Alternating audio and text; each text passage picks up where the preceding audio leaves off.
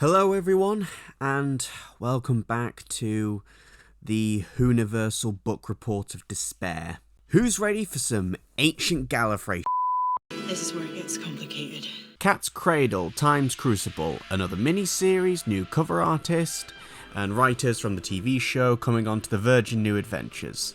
So, colour me intrigued. The impression I get is that the writer of this book, Mark Platt, is the one who was a bit more fixated on the other and the Doctor having a greater importance in Time Lord mythology than Andrew Cartmel himself was. Based on the fact that Mark is the guy who eventually did Lungbarrow, and I've listened to one of his stories set before an unearthly child, I'm pretty inclined to believe this. Apparently, Cat's Cradle was a story he wanted to do on TV for decades, bringing it to numerous script editors. Now, he's finally got the chance to do it, in a medium with no budgetary limitations. In the opening chapters, we're introduced to Vale. He's not like other Gallifreyans. He's an angsty, misanthropic individual who's frustrated with the society around him and struggling academically. Wow, thank you for putting me in your novel, Mr. Platt. Vale takes part in an expedition through time with a bunch of chronauts who control the time scaff through telepathy and a child. Completely unexpectedly, the ship crashes. Meanwhile, the Doctor and Ace are in Perivale, because of fucking course they are. Reality collapses around them, and Ace's mum makes an obligatory appearance. Shit's about to get fucky! They run back to the TARDIS to find something is mucking around with it.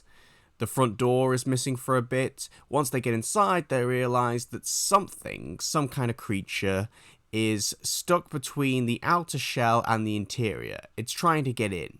And it's gotten slime all over the instruction manual, and now the door is electrified. The Doctor tells Ace to stay in the console room, leaving her with the TARDIS key as he goes wandering down through the dark corridors with a bicycle. Ace goes after him, and the ship also falls apart. Ace wakes up in a strange new grey world with weird architecture and no sense of the passage of time. The chronauts have been there for a while. They've lost their ability of telepathy. The kid that used to be the pilot is now grown up. His name is Shonzi. He's trying to end the plot, which makes him the real hero. Vale has thrown in with the giant worm leech creature that tried to invade the TARDIS. It's calling itself the Process, and it has some walking bug underlings, because what self-respecting Doctor Who baddie doesn't? Meanwhile, back on Gallifrey, the leader of the neo-technologists, Rassilon, is having a sort of power struggle with a superstitious old seer woman named Pythia, who consists on a diet of fish tongues. Wow.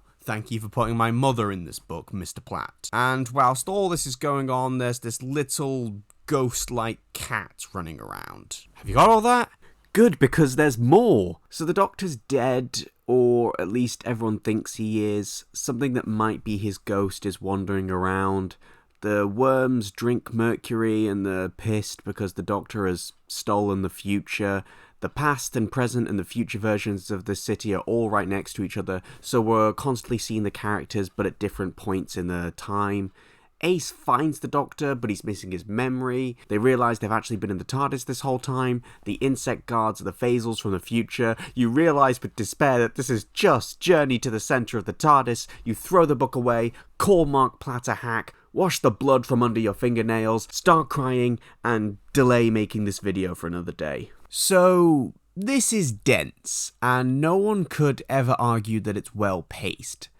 But this is the Ghostlight writer. I expected it to be at least a few inches up its own arse. And hey, I like Ghostlight, and I liked this. True, the reveal of what the premise actually was comes later in the game than it should have done, but I also had that issue with Time Worm Revelation. And I found this yarn easier to stick out than I expected. Maybe it's just because this is the first one of these books I actually have a physical copy for, but Ace is a developed enough character to follow as she navigates this surreal environment without the Doctor, even ending up as the straight man fairly often, because this book is pretty funny. Shonzi and the Phasals have some nice oddball moments that really got me to warm up to them, and this book has the best chapter title I have ever read. Apparently, the original mission statement was to make this a story about the TARDIS. I'm not convinced this version reaches that. There's definitely some insights into the Doctor-TARDIS relationship, but I'm not sure it offers much more than you get from something like Zagreus, let alone the Doctor's wife. For those of you heavily invested in the Cartmel master plan, I'll whet your appetite a little bit by showing you this page. Look, it mentions the House of Lungbarrow.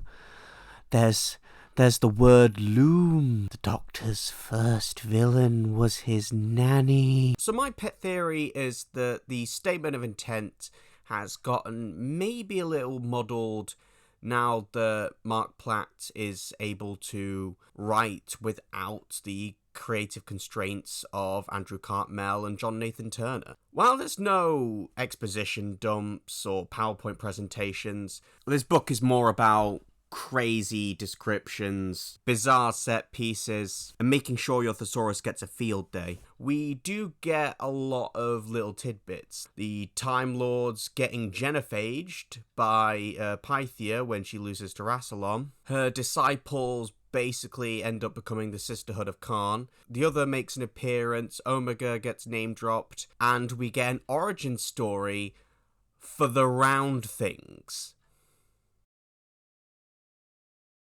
I love the round things. What are the round things? No idea.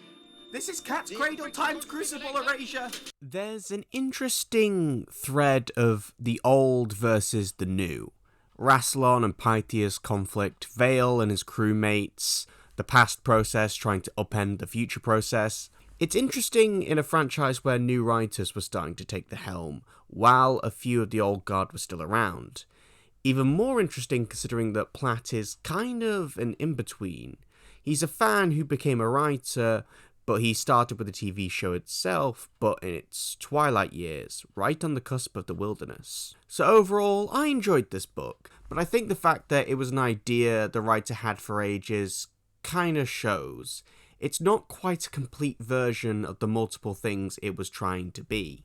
And it kind of exemplifies the sort of interim period we are between the show sort of wrapping up and this new chapter of Doctor Who really warming up.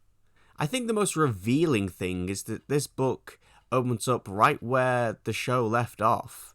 The Doctor and Acer in Perivale, dealing with a magic cat, despite there being 4 books since.